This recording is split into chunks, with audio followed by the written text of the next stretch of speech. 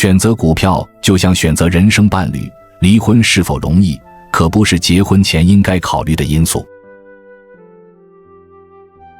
股市是会下跌的，至于什么时候下跌，没人知道。如果投资者不能承受这一点，就不应该进场。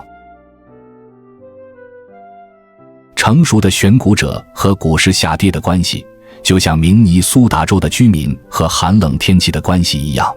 你知道股市大跌总会发生，也为安然度过股市大跌时前做好了准备。想着一旦赌赢就会大赚一把，于是大赌一把，结果往往会大输一把。投资是令人激动和愉快的事，但如果不做准备，投资也是一件危险的事情。抄底买入就像把鱼钩放到水底钓大鱼，是一种最流行的投资娱乐活动，但往往被钓住的并不是鱼，而是渔夫。投资周期性股票就像玩21点扑克牌游戏，如果赌得太久，最终会把赢来的钱再输光。如果你购买股票的唯一原因是因为你觉得它的价格将上涨，那么你不应该买入。如果你明白自己购买某只股票的初衷，你自然知道对它说再见的合理时机。光看数学理论不会让你实现预期，还是要用交易去实践。当人们把某只股票吹成某某第二时，这表明不仅这只某某第二的股票牛气将近，而且那只某某股票也将成为明日黄花。没有什么样的秘密消息能比一家公司内部人士正在买入自家公司的股票更能表明一只股票投资成功的可能性了。人们有一种心理倾向会这样认为，既然事情已经变得这么糟糕了，那么将来不可能变得更糟糕了。黎明之前总是最黑暗的，但有时在最后变得一片漆黑之前也总是最黑暗的。股市下跌没什么好惊讶的，这种事情总是一次又一次发生，就像明尼苏达州的寒冬一次又一次来临一样，只不过是很平常的事情而已。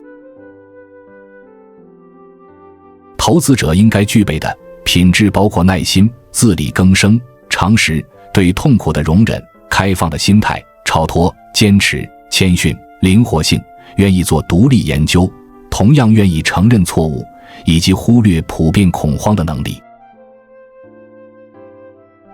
在选择一只新股票时，要认真研究分析，至少应该与你选择一台新冰箱所花的时间和精力一样多。从长远来看，决定你未来繁荣的不仅仅是你赚了多少钱，还有你将多少钱用于储蓄和投资。寻找值得投资的好股票，就像在石头下面找小虫子一样，翻开10块石头，可能只会找到一只。如果你考察10家公司，你可能会找到一家有意思的股票；如果你考察20家，可能会找到2只；考察100家，就可能会找到10只。考察的公司最多的人将在投资这场游戏中取胜。如果你不能说服自己坚持，当我的股票下跌 25% 时我就追加买入的正确信念，以及戒除当我的股票下跌 25% 我就卖出的毁灭性错误信念，那么你永远不可能从股票投资上获得什么像样的回报。股票是一个安全的赌注，但前提是你投资的时间足够长，足以安然度过股市调整。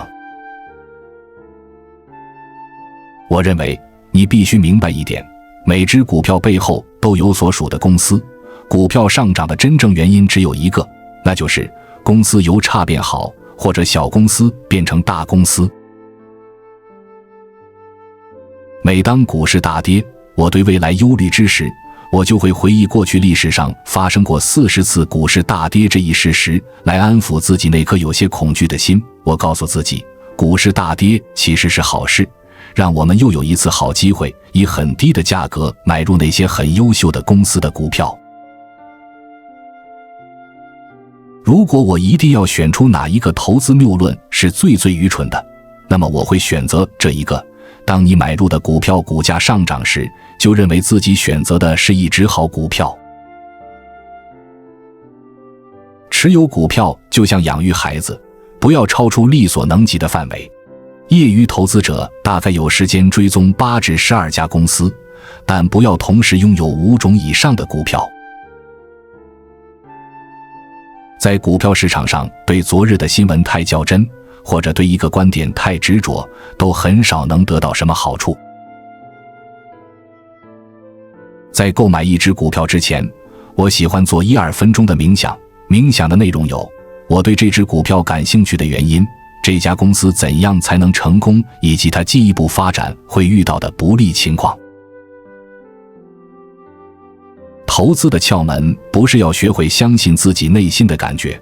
而是要约束自己，不去理会内心的感觉。从股票之中赚钱的关键在于别被他们唬住了。你必须知道你买的是什么，以及为什么要买它。这孩子肯定能长大成人之类的话不可靠。永远不要投资你不了解其财务状况的公司股票。让投资者赔得很惨的往往是那些资产负债表很差的烂股票。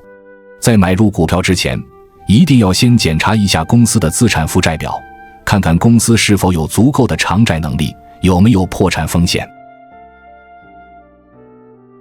在大多数情况下，以更高的价格购买一家被作为典范的优秀公司股票，要好于你用便宜的价格购买所谓能成为下一个这家优秀公司的公司。除非我对这家公司有着足够的信心，在股价下跌时愿意追加买入更多的股票，否则我就应该立刻卖出这家公司的股票。喜欢本视频的小伙伴点赞加关注，进入主页观看更多精彩分享。